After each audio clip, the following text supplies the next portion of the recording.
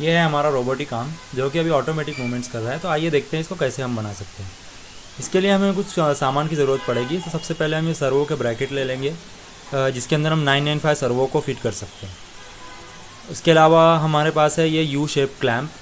U shape clamp movement के लिए use होता है रोबोटिक आर्म में। और उसके अलावा हमारे पास ये 3 सर्वो मोटर्स हैं। अभी हम के लिए हम 3 ही सर्वो का मोटर का यूज़ करेंगे, और एक जो सर्वो होगा ये इस ग्रिप पर पार्ट के अंदर लगा हुआ है। ओके, और बेस के लिए हम इस कार्डबोर्ड शीट का यूज़ करेंगे, जिसमें सेंटर में 4 होल है। तो सबसे पहले हम एक सर्वो ब्रैकेट इसके अंदर फिक्स कर देंगे। तो पहले अच्छी से हम 2 नट लगा लेते हैं, और उसके बाद पीछे से हम इसको बोल्ट लगा के टाइट कर देंगे और वॉशर भी डालेंगे। इसके बाद हम ये सर्वो इस एक्स को फिट करेंगे। याद रहे ये सर्वो अभी 90 डिग्री पर रहना चाहिए। तो आपको पहले कनेक्ट करना है इसको आर्डिनो से या ESP32 से, और उसको 90 डिग्री पर मूव करके फिर उसके बाद इसको कनेक्ट करना है। ठीक है, अब डिस्क के सेंटर में नट लगा लिया है। ठीक है, अब इसके बाद हमने सर्वो वाई के लिए ये ब्रैकेट लगा लेना है इसके ऊपर। यहाँ पे मैं 2 ही नट का यूज़ कर रहा हूँ, लेकिन आप यहाँ पर 4 नट का भी यूज़ कर सकते हैं। इसके बाद ये है सर्वो वाई। तो हम इसको सबसे पहले सर्वो को फिक्स करने से पहले हम यहाँ पर एक नट फिक्स करेंगे, ताकि बाद में हम उसमें बेयरिंग को फिक्स कर सकें, क्योंकि यू शेप क्लैम्प के लिए हमको दूसरी तरफ से भी सपोर्ट चाहिए। उसके लिए हम यहाँ पर बेयरिंग को फिक्स कर देते हैं।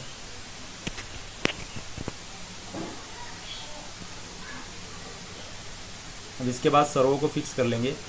ये वाला सर्वो इनिशियली 40 डिग्री पर रहना चाहिए। तो आप कनेक्ट करने से पहले ही उसको कंप्यूटर से कनेक्ट करके उसको 40 डिग्री पर मूव कर लेना।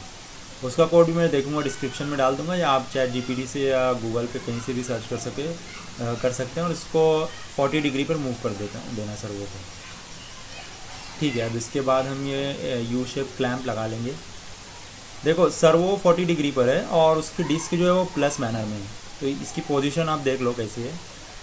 पोजीशन ऊपर की तरफ है, मतलब वर्टिकली अप रहना चाहिए, और सर्वो फिक्स होना चाहिए 40 डिग्री पर। ये वाला सर्वो वाई है, बॉटम वाला सर्वो एक्स है, दिस इज सर्वो वाई। अब ऊपर से भी ये वाला क्लैम्प कनेक्ट कर लेंगे, और यहाँ पर 2 ही नट बोल्ट का यूज़ करें, 2 इनफ होता है अगर आपने अच्छी से टाइट कर दिया तो। ठीक है, अब इसके बाद थर्ड सर्वो के लिए हमको पहले 2 एल शेप क्लैम्प को बैक टू बैक ज्वाइन करना है।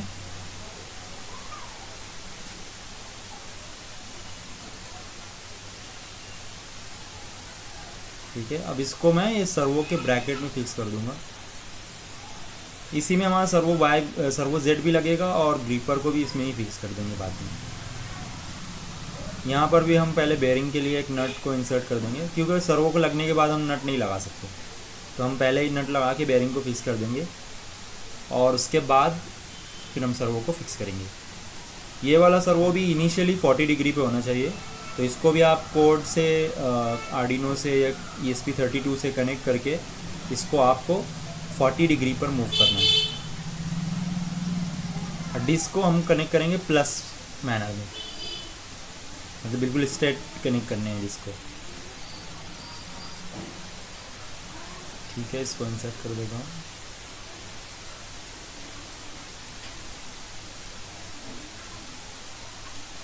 यहाँ पर एक सेंटर में ब्लैक नट है, और बाकी आप 4 का यूज़ कर सकते हैं। यहाँ पर मैं 2 ही का यूज़ कर रहा हूँ, क्योंकि मेरे पास ज़्यादा नट बोल्ट्स नहीं है अभी। ओके, अब यहाँ पर टॉप पार्ट में हम ग्रीपर को कनेक्ट कर देंगे। यहाँ पर भी सेम आप 4 नट बोल्ट का यूज़ कर सकते हो, मैं सिर्फ 2 का यूज़ कर रहा हूँ।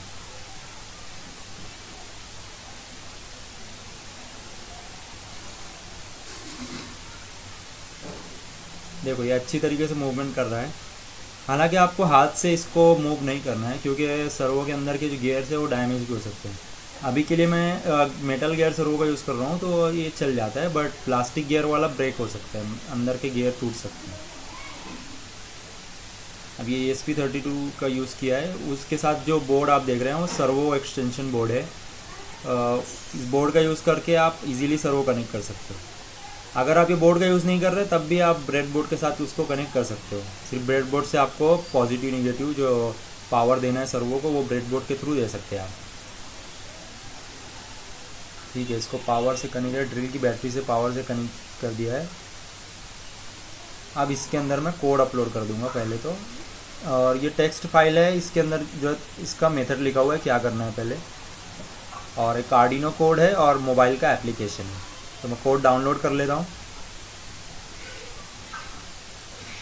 डाउनलोड हो गया, इसको ऐप को भी डाउनलोड करके हम फ़ोन में डालना रहेगा। तो ठीक है, डाउनलोड है नहीं, ये डाउनलोड हो गया। एप्लीकेशन को पहले फ़ोन के अंदर कॉपी कर दूंगा और फिर फ़ोन के अंदर ऐप इंस्टॉल होगा। ये डेस्कटॉप का ऐप नहीं है, फ़ोन का ऐप है। ठीक है, तो मेरे फ़ोन में एप्लीकेशन है पहले से, तो मैं यहाँ पे कोड को पहले अनजिप कर लेता हूँ, एक्सट्रैक्ट कर लेता हूँ। हाँ, अब इसके अंदर से हम कोड को ओपन कर सकते हैं। इसी तरीके से आपको स्टेप बाय स्टेप प्रोसेस करना है। ये पूरा कोड है, इसमें कुछ भी देखने की ज़रूरत नहीं है, डायरेक्टली इसको अपलोड कर देते हैं। अगर आपके पास आर्डिनो बोर्ड है तब भी आप कर सकते हो इसको अपलोड। कुछ लाइब्रेरीज जो आपको चेंज करना पड़ेगी, बट ये कोड स्पेशली ESP32 के लिए है। ESP32 का यूज़ करने का एक फ़ायदा ये होता है कि उसके अंदर वाईफाई और ब्लूटूथ दोनों इनबिल्ट होता है, तो हमको ज़्यादा मॉड्यूल्स कनेक्ट करने की ज़रूरत नहीं है, और डायरेक्टली वो सर्वो को कंट्रोल भी कर ले रहा है। तो मतलब एक ही बोर्ड से हमारा सब काम हो जा रहा है। ठीक है, कोड अपलोड हो गया। मोबाइल के अंदर जो है पहले हम ब्लूटूथ ऑन करेंगे और इसको ESP32 रोबोटिक आर्म से कनेक्ट कर लेंगे। ठीक है, ये हो गया है। ये इनिशियली आपसे पिन मांगेगा, 1 2 3 4 आपको डालना रहेगा। फिर ऐप के अंदर आके ये ब्लूटूथ के लोगो पे क्लिक करना रहेगा।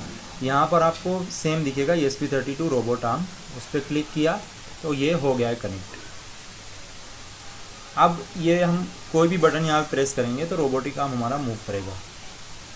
बस सर्वो कनेक्ट रहना चाहिए करेक्ट मैनर में। सिग्नल और जो प्लस माइनस की पिन है सर्वो की, उसको देख के कनेक्ट करना है।